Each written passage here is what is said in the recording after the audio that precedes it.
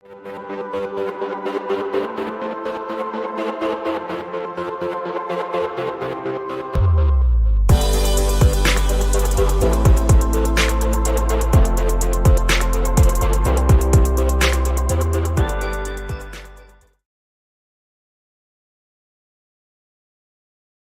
everybody, welcome back to your Donna Drones podcast. I'm Dawn Zoldi, your host and the CEO of P3 Tech Consulting. We are in Protectors and Defenders Month. And when you think about what we need to protect and defend against, it's cyber threats when we're talking about autonomous systems. And what better person to talk about this than Bob Blakley? He is the operating partner at Team8. We're going to talk all about their initiatives in this space. And so remember, everybody, drop notes in the chat, tell Bob hi, tell us where you're from, ask your questions. We love all of that. So without further ado, let's just go ahead and jump into it. And Bob, first of all, welcome to the show. Thank you very much, Don. It's a pleasure to be here. Absolutely. So tell us a little bit about yourself. So I have been doing cybersecurity for longer than seems humanly possible. I started doing it in 1976, believe it or not. I have worked at IBM, I've worked at Gartner, I've worked at Citibank, and also a couple of smaller firms. And about 3 years ago, I moved to Team8, which is a startup creation and investment platform headquartered in Tel Aviv and New York. Well, that's a great segue. So tell us about Team8. What is it? What does it do? So Team8 creates companies, fundamentally. We started out creating companies in the cybersecurity space back in 2014. We've been doing that ever since, and we have about a dozen cybersecurity portfolio companies. We then expanded to enterprise software and then to financial technology, and we are in the process of expanding to a couple of other areas, including autonomous mobility. And in addition to creating companies from scratch on our own, we also have a fund whereby we invest in companies as a venture capital investor. Well, I want to talk about your connection with the Tulsa Innovation Labs, who has endowed your appearance on this episode. You have a connection, Team8 has a connection with Tulsa Innovation Labs. So tell us how you're working with them specifically. Yeah, so we've been partners with players in the Tulsa region almost since the very beginning. So the George Kaiser Family Foundation is an investor in Team8, and through them, we have built a partnership with Tulsa Innovation Labs. Tulsa Innovation Labs is basically the economic development arm of the George Kaiser Family Foundation. And they try to bring strategic focus to economic development by focusing on a small number of areas where Tulsa has deep expertise and an ecosystem of partners. And those include cybersecurity, but also, of course, autonomous mobility and energy technology, because, of course, Tulsa is one of the energy capitals of the world. It is. There's so much going on. Most people don't realize how much is going on in Tulsa. And we're going to talk about that here in a second. But can you explain to everybody what roles Tulsa Innovation Labs and Team8 play in this collaboration together? Sure, absolutely. So Tulsa Innovation Labs essentially provides the connections to the local ecosystem in Tulsa. So Tulsa has an ecosystem of enterprise organizations who are users of technology. They're users of cybersecurity technology, of drone technology, of other autonomous mobility technology. They have an ecosystem of investors in startups in the Tulsa area with Attendo Capital and others.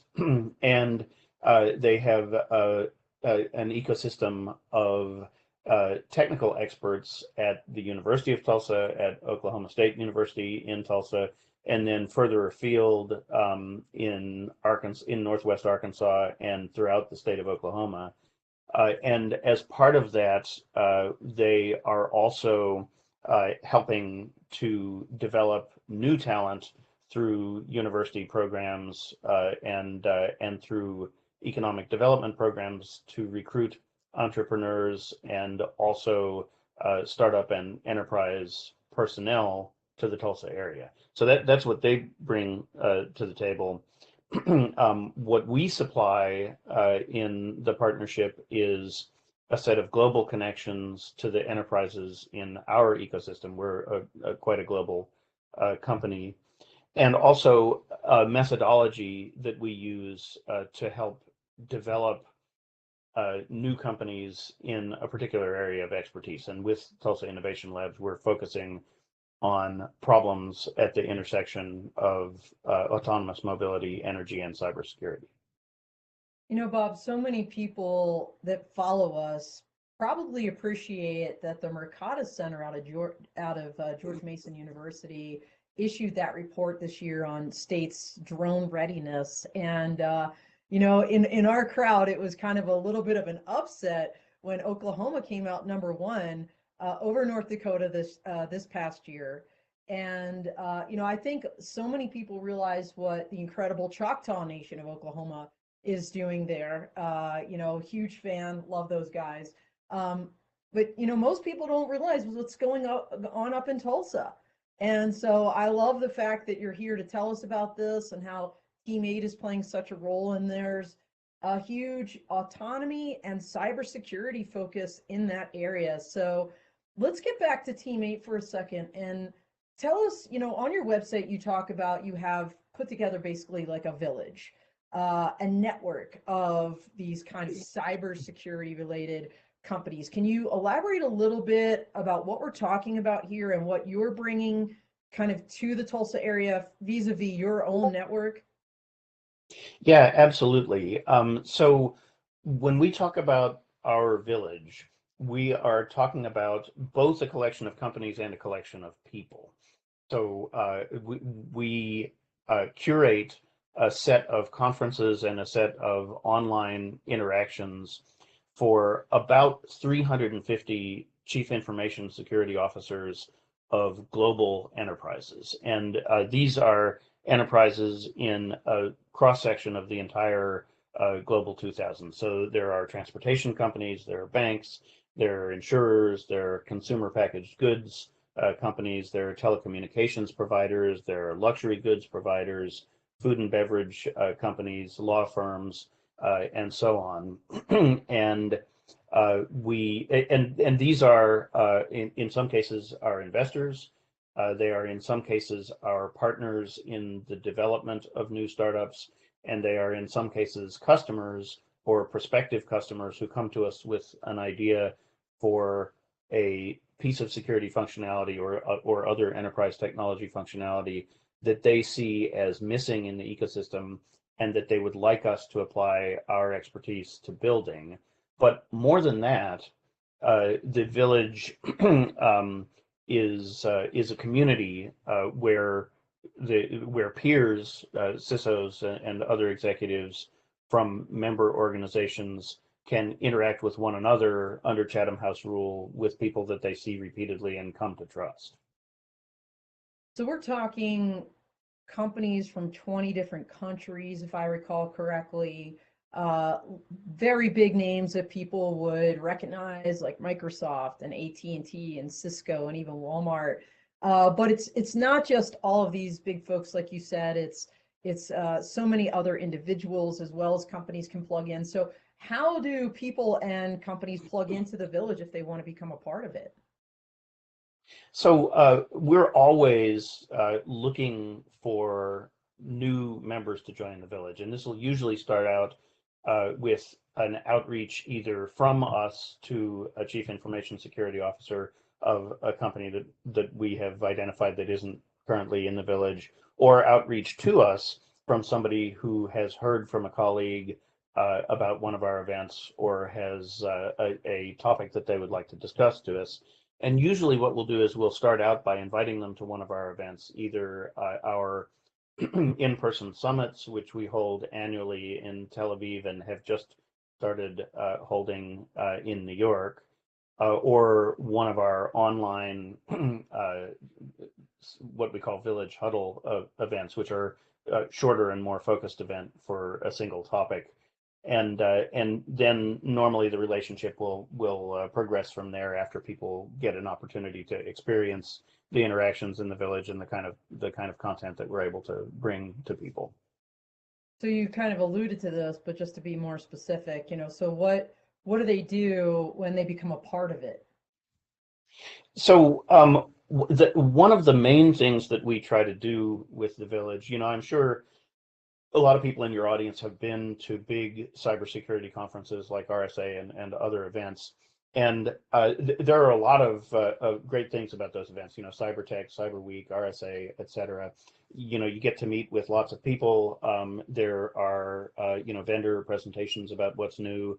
And there are, there are lots of sessions on stage where experts are speaking to an audience.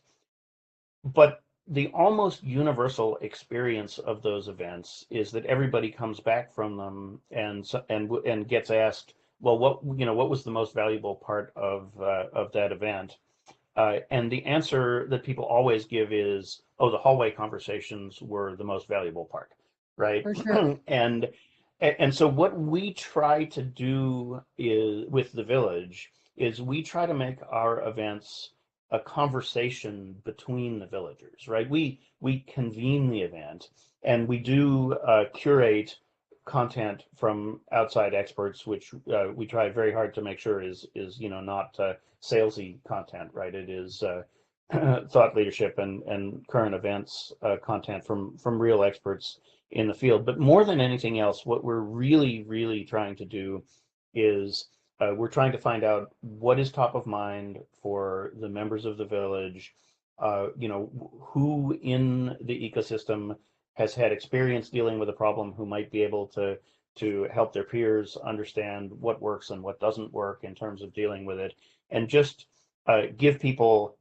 enough space to breathe and to talk to each other in a relatively relaxed setting, and really have a conversation that is ongoing among the villagers themselves.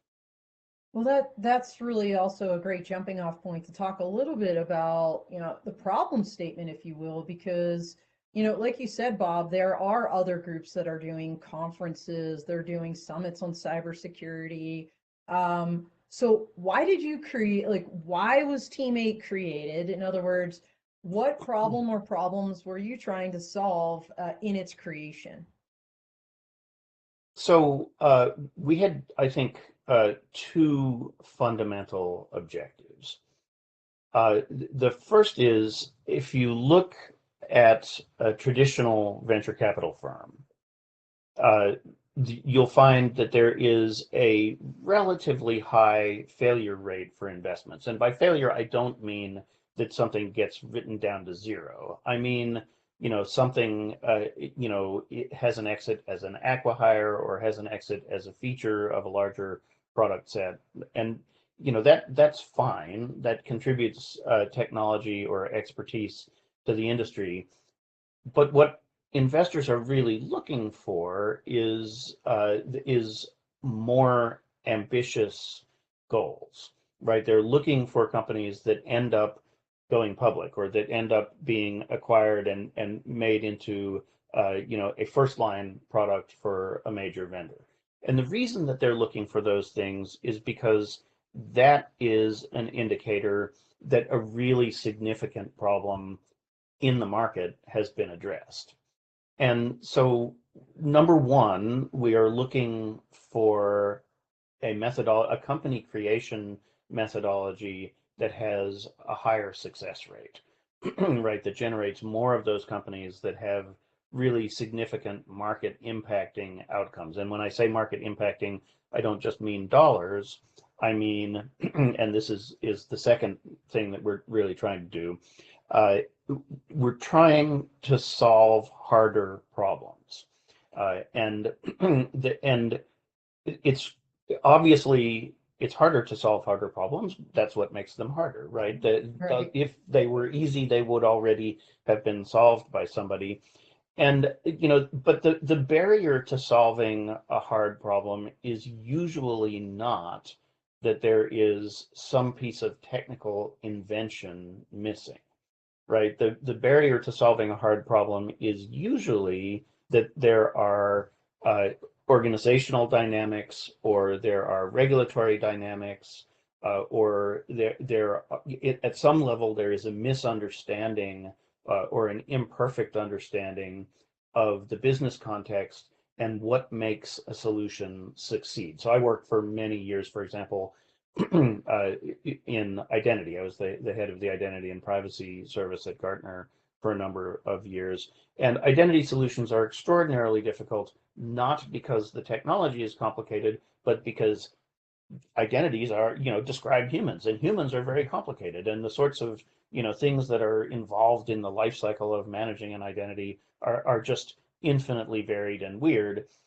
And in order to solve a problem like that, you have to do a lot of research and listening and analysis of product market fit and analysis of the economics of a market and analysis of how technical solutions fit into the context of existing business before you can really put something out there that is going to work. So one of the things that we're trying to do with Team8, is we're trying to solve problems that require a lot of upfront work to get them to the point where they're not just going to thrash around for 10 years looking for product market fit.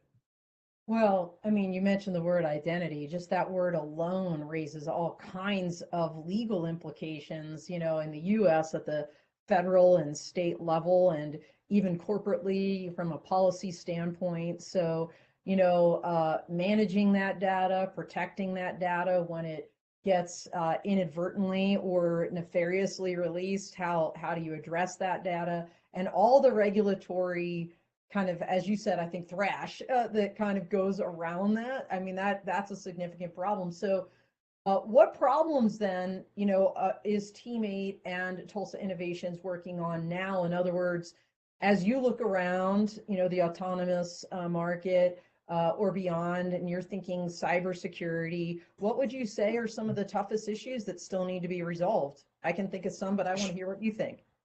Well, sure, and I'd love to have you give a couple of years when I get done with my list. I think the list is super long, right? So, as like the grounding for the conversation, we're looking to create solutions for new problems at the intersection of autonomous mobility, energy, and cybersecurity. So what problems are new there? Well, let's start out with what you just talked about, right? The privacy problem.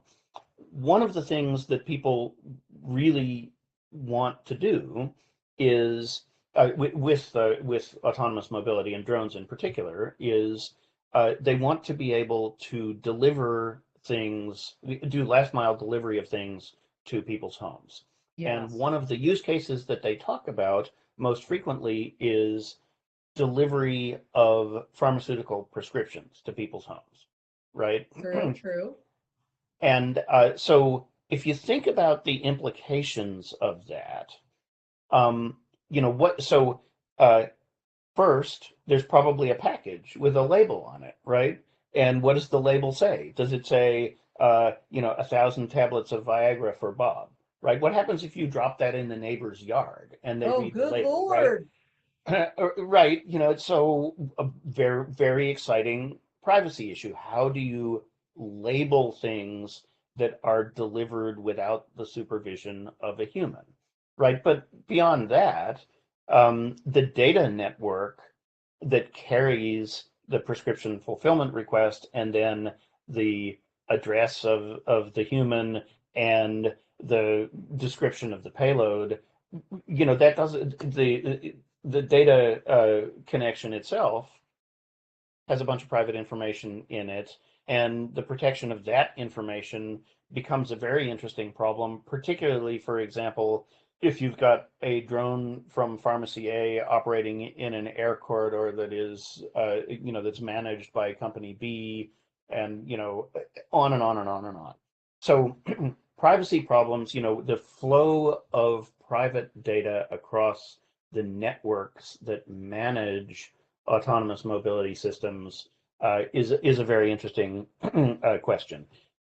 Security as a critical component of safety is a very interesting emerging question, right? So far, except for a small number of people who like fall asleep in their Teslas or something, we mostly don't have autonomous vehicles that are completely unsupervised by people. But like if I order home delivery of a bowling ball, that's basically an 18-pound flying missile, and so I have to be careful about how I arrange not just the basic safety guardrails, but also the cybersecurity elements that make it difficult for a bad guy to hijack whatever is carrying that thing and fly it into, a car or something like that.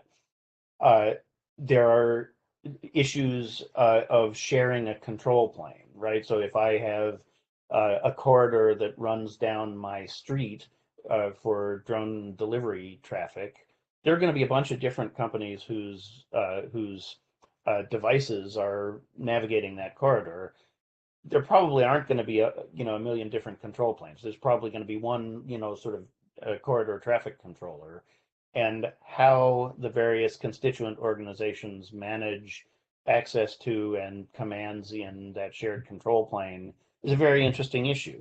And then maybe the hardest issue is, if you look at autonomous uh, robots in a factory setting, that's a very constrained setting. Kodak has a giant robot that delivers reels of film backing material into places in their film coating plant, and they have to have that because it has to do its job in total darkness, and humans don't work well, in that environment. So there's this big robot carrying a roll of film that's this wide, and it's running around the floor of the factory, and it never runs over anybody because it just, whenever it sees something in its way, it stops, and people can get out of the way because it's a really constrained environment and the thing isn't moving very fast. An autonomous system which is navigating the outdoor environment has no idea what's going to be in that environment, and in particular has no idea whether somebody is spray painting the stop signs, right? So attacks on autonomous systems by manipulating the inputs to them, the sensory inputs to them, essentially by manipulating the data environment around them in these uncontrolled environments, are going to be a completely new class of problems that we're going to have to deal with in autonomous systems. And then, of course, there are the issues that we've known about for maybe 40 years, but still haven't developed good math to deal with, which are the issues of emergent systems, right? So one drone flying in an airspace is one thing. 500 drones flying in the same airspace, even if they all have the same programming, is a completely different entity, and it sometimes displays behaviors that are radically unpredictable. So these are some of the sorts of problems that we think are going to require solutions that will probably also require the creation of new companies to implement. You brought up a whole bunch of ones. Honestly, Bob, I never really thought about the manipulation of the physical environment in a way that essentially tricks sensors into thinking something is different than it actually is. The packaging situation, I mean, I guess as I think through that, right, like when Amazon just drops physically a box on my doorstep, it just says Amazon with my name, like the actual. I'm hoping if they dropped it at my neighbor's, they're not opening the box to see what's inside, right? They just see, oops, that's the wrong address. So some of those may be easier than others, but as I look around the world, the biggest thing that jumps out to me, Bob, is this idea of protecting autonomous assets from direct attack, cyber attack, whether it's, you look at Russia, Ukraine, what's going on there, whether it's, and we've seen GPS jamming like forever, right? And Russia has become very, very good at electronic warfare, spoofing, hijacking, I think is something you mentioned, but all of these things, I think, just in any environment, whether it's indoor, whether it's outdoor,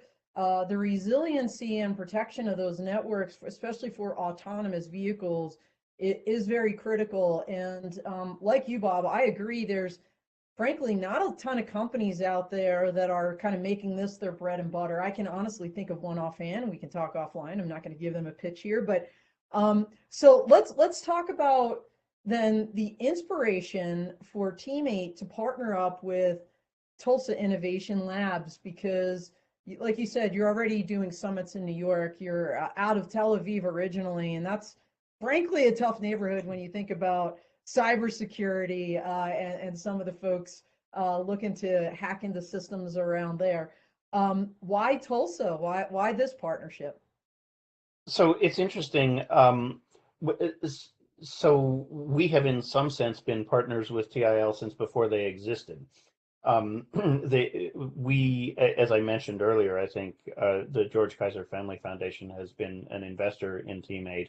And one of the things that we did in partnership with them as a result of a set of conversations we had a couple of years ago was we created a PhD program at the University of Tulsa called the Cyber Fellows Program. And the reason that we did that, yes, yeah, we love our cyber fellows. If any of y'all are in Tulsa, stop by and talk to them. We think you'll be very impressed. If you want to be a cyber fellow and get a PhD in applied cybersecurity, talk to Randy Roberts at the University of Tulsa like almost immediately, because application window is closing soon. But we created that program because we thought that the transfer of expertise and new ideas from academic research into industry was slow, right? And what we wanted to do was we wanted to create a population of researchers who, as part of their academic training, had exposure to commercial problems, patent law, methodology for building companies, learning where to find VCs and what have you, so that some of them would go on to be entrepreneurs or would go on, to work in larger enterprises and consume innovative technology from small companies, right? So we've been operating that program for a couple of years now. We have about 30 people in the program now as PhD candidates, and it's a great group. And through the process of administering that program jointly with the organization that became TIL, we started having a set of conversations about the expertise and assets in the Tulsa environment, because the faculty at the University of Tulsa work with energy companies, and they work with drone companies, and they work with others. And we were getting exposed to these problems. And after a while, it became evident to us that there was this emerging space of problems that was on the verge of becoming, like really commercially important. And that we already had a partner on the ground who had deep expertise in these areas. Well, that's super cool. So basically, you're creating cyber warriors for the commercial arena, kind of starting in Tulsa and developing that workforce early, partnering with TIL on. So tell us more about your team. So you mentioned this fellowship. Who else kind of is a part of this localized ecosystem in particular? The localized ecosystem in Tulsa, yeah. So obviously, we're still in the process of building that out, because we just recently began work on sort of the commercial aspects of this partnership. But Atento Capital, for example, is a VC investor in the Tulsa area.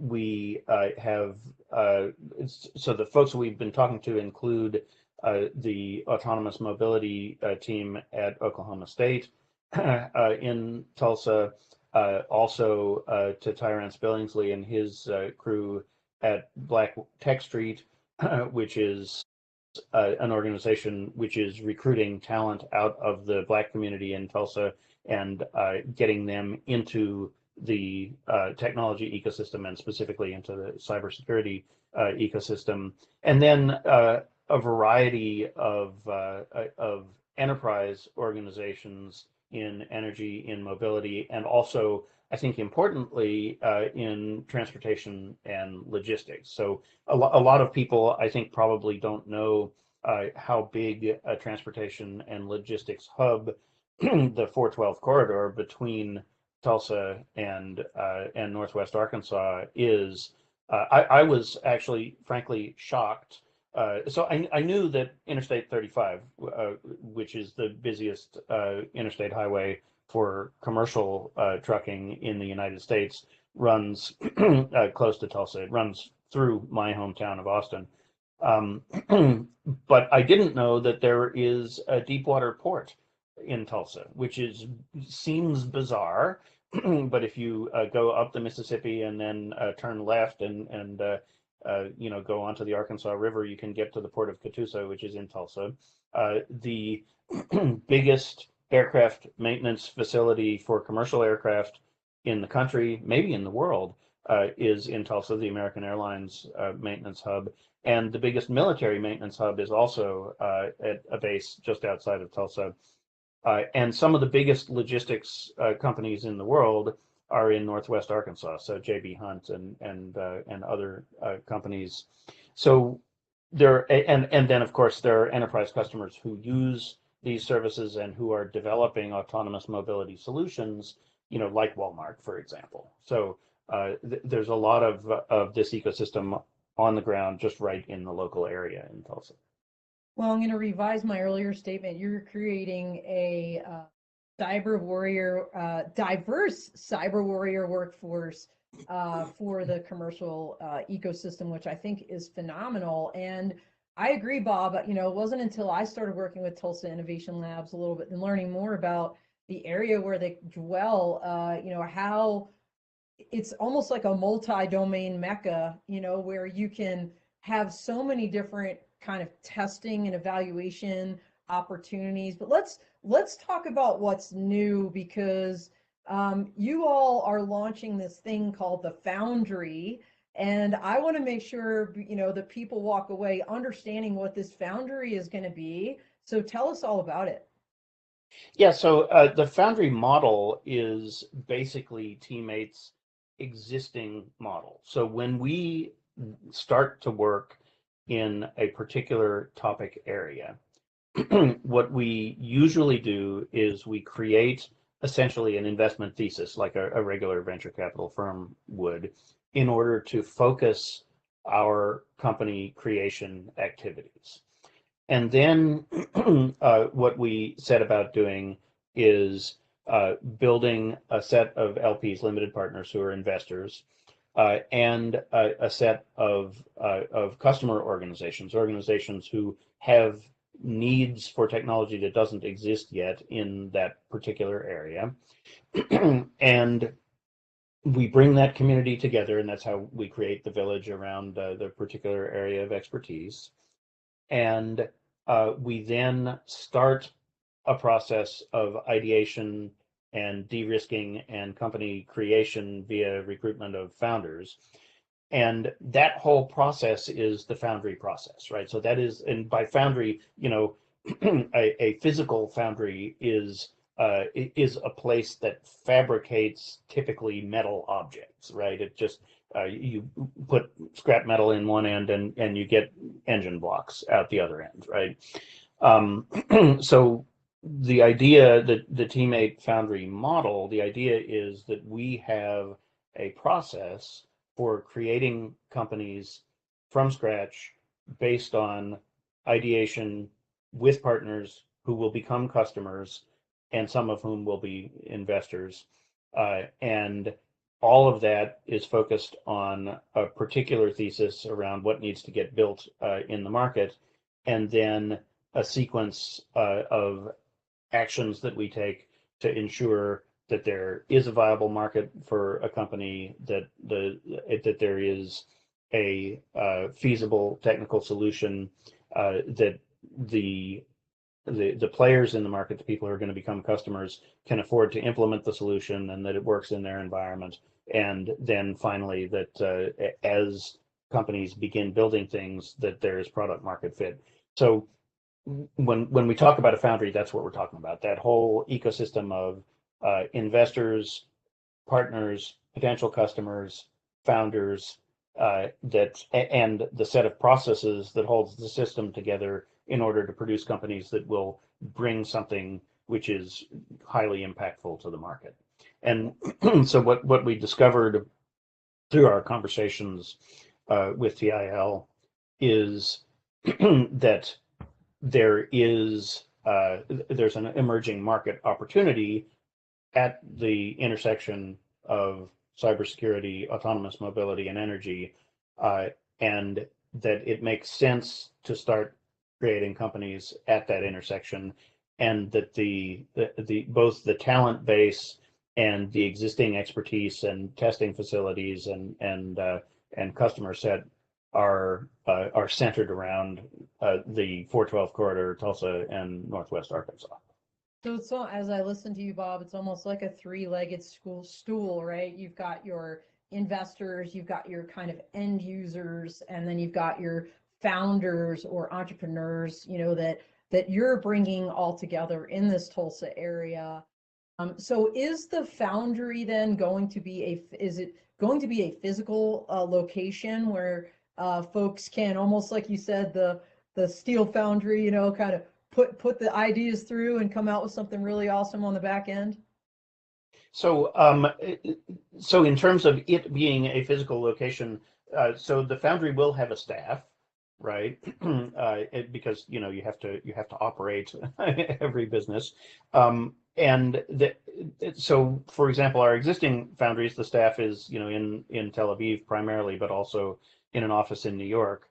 That doesn't mean that all of the companies that get created are going to be in the same building, right? Sometimes some of them, we do for our existing foundry, we do provide office space to early stage companies. Many of them take advantage of that. Not all of them take advantage of that. So, how concentrated will all the activities be?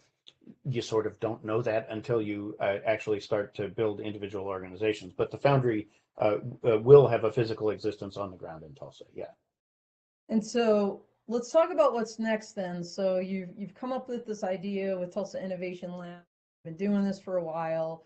It sounds like you're seeking kind of all three legs of the stool, if you will, both but like all three: investors, end users, and potential entrepreneurs. So how do people get involved then? How do they say, hey, I have a great idea in cybersecurity, I want to become a part of this ecosystem? How do they do that? Yeah. So, so to begin with, you're right. We are currently in discussions with potential investors. We are currently in discussions with potential partners who will become customers, particularly around ideation, right? What sorts of problems would they like to see solved? And we are talking to people who we think could potentially become entrepreneurs and company creators in the ecosystem. Obviously, if you have a fantastic idea in cybersecurity as it relates to particularly drones, but also other kinds of autonomous mobile systems, maybe ones that don't fly, satellites, for example. There's a lot of autonomy in space because there aren't a lot of people there. So if you have ideas in any of these areas, we would love to have a conversation. You can get in touch with me, you can get in touch with Connor Godfrey, or you can get in touch with Daniel Plaisance. Both of the latter two are at Tulsa Innovation Labs. I'm just Bob at team8.vc, and I'm sure we can get the information for all of the emails there. But yeah, we would love to have people reach out to us. And if you're interested in any of those roles, right? If you think your organization might be interested in investing in a foundry that creates companies for secure and trustworthy autonomous mobility, love to have that conversation. That sounds amazing. So tell us a little bit with the time we have left together. As you look out on the horizon, let's just say 2023, kind of the close in this year goals. What are your goals with Team8, Tulsa Innovation Labs, and the Foundry? Do you have timelines, milestones that you're looking to achieve? Yeah, so 2023 is really going to be the year when we get this off the ground, right? So mostly what we're looking to do is we're looking to recruit the team. We are looking to have a set of deep conversations with organizations that have functional needs in the area, right? Who have a need for a trustworthy system to do XYZ, right? A trustworthy system, for example, to manage traffic in a multi-organization drone corridor, something like that. Who need to be able to test the security and trustworthiness of drone assets in some of the testing facilities that exist in Tulsa that are hard to duplicate elsewhere. So we may or may not get a first portfolio company off the ground in 2023, but we will be working, certainly working toward the objective of understanding the problem that the first company will address, understanding who the customers will be, understanding what the market looks like, how big the market is, and what the space of solutions is, and how those could be bought, installed, and operated by customers. I know NASA and a lot of the scientific research labs use that TRL kind of level to judge companies, technical readiness level. In other words, 0 to I think it's 6. I think 6 is the top level. So are you looking at companies to come to the table at any of those levels? Or are you really lasered in on these TRL 0, like we've got a great idea on a napkin, we need the money, we need you to help us make it happen? Like when we're talking cybersecurity, what TRL level, if we want to use that kind of analogy, are you looking for in your entrepreneurial partners? Yeah, so it sort of brings us back to the beginning of the conversation. So we're, in general, the kinds of ideas that we're looking for are probably not napkin ideas, right? We're looking for ideas. So a typical way for an idea to find its way into a Team8 startup is someone who has worked at a big enterprise, has identified a problem that none of the existing off-the-shelf vendor technology solves, and that the organization tried to solve internally and found that just people processes by themselves wouldn't do the trick, right? So they're aware that there is a set of identified businesses with an identified business need for specifically a tool that doesn't exist, right? And so we don't want people to work long and hard on validating a solution, but we do want we do like to work on problems where the problem has been validated in the market, and where we can go out to a bunch of potential customers and they can say, yes, that looks like us, we definitely have that problem, we've been talking about how to solve it, we've tried a couple of times, that has not worked. If you can give us something that solves that problem, then we will be happy to pay for it. And not only that, we'll be happy to help you as an early customer, give you feedback on the implementation, and sharpen the idea so that when it gets out of beta, it is ready for other people to adopt it. All So right. that's sort of that. I don't know which level that is, but that's a functional description of the level of stuff that we're hoping to encounter. Well, look, Bob, what's clear is you're looking for real problems, problems that have been validated by people that are experiencing them, that can't find the COTS or commercial off-the-shelf solutions. And essentially, you're like the matchmaker of bringing these, these hard problems, I think, as you refer to them early on, with the investors that want to back someone that has a potential solution, and you're doing that in the Tulsa area. So I knew our time was going to fly, and it has. So we are like at the end of our time. I would love to give you this opportunity as we're closing our time together. to basically leave any concluding thoughts with the audience about either, how to plug into Team8 or any other thing you want to leave them with before we sign off today. Well, I guess the thing, so to start off with, Don, thank you very much for hosting this. I really appreciate it. It's been great spending time with you, as I expected it would be. And so I very much appreciate the opportunity. Really, the thing I guess that I would like to leave the audience with is that autonomous systems are going to truly be revolutionary, right? So we have all sorts of technology that we use today, and almost all of it is either really, really simple, straightforward automation of things that happen in a pretty constrained environment, or they're supervised, right? So your car is supervised.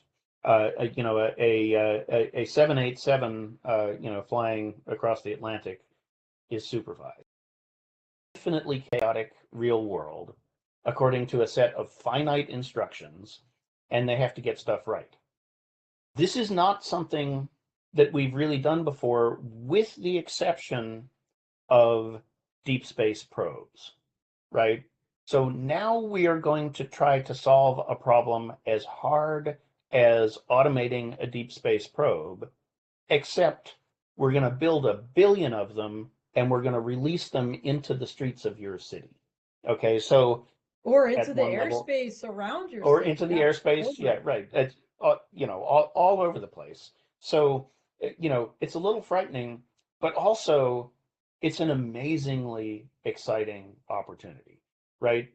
Like, not a lot of people have a new environment this revolutionary come up, for the first time in their lifetime, in the history of the world, right? So I think it's a fascinating area to operate in, and if you're interested in being one of the early players in the system and solving some of the foundational problems, we'd love to hear from you. Awesome. Well, thank you so much. And everybody out there, you heard it. If you're into cybersecurity, this is why we have Bob here for Protectors and Defenders Month, because when you think about those that protect and defend us, or anybody using an autonomous or semi-autonomous vehicle, protecting those systems is critical. So thank you so much, Bob, for your time. Thanks for what you're doing in this space. Look forward to seeing you in person soon, I hope. And everybody else, we are out here. Thank you.